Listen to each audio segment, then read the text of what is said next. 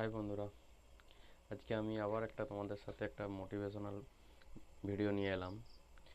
দেখবে বন্ধুরা, যখন তোমরা প্রিপারেশন নিচ্ছ, যখন কোনো একটা এক্সামের জন্য তৈরি হচ্ছ, তখন তোমাদের একটা লক্ষ্য থেকে থাকছে এবং সেই লক্ষ্যের জন্য তোমরা দেখবে অনেক সময় অনেক কঠিনের সম্মুখীন হতে হয় এবং সেই কঠিনের সম্মুখীনের সময় তুমি দেখবে অনেক সময় আমাদের পরিবারের অনেক কিছুর বাধা আসে, আর্থিক সমস্যা আছে, শারীরিক সমস্যা আসতে পারে, কিন্তু সেগুলোর থেকে কখনোই মুখ ফিরিয়ে নিলে হবে না।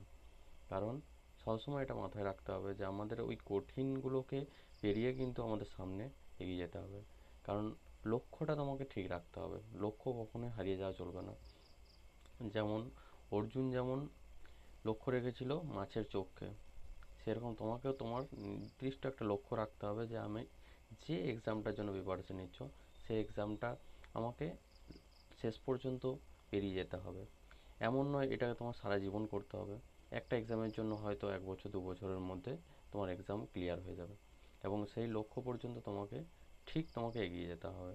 তাই লক্ষ্য থেকে কখনোই দূরে আসা চলবে না এবং লক্ষ্যটাকে একটা নির্দিষ্ট সীমায় রাখতে হবে যে হ্যাঁ, আমি এইবারে আমাকে সেটা ক্র্যাক করতে হবে।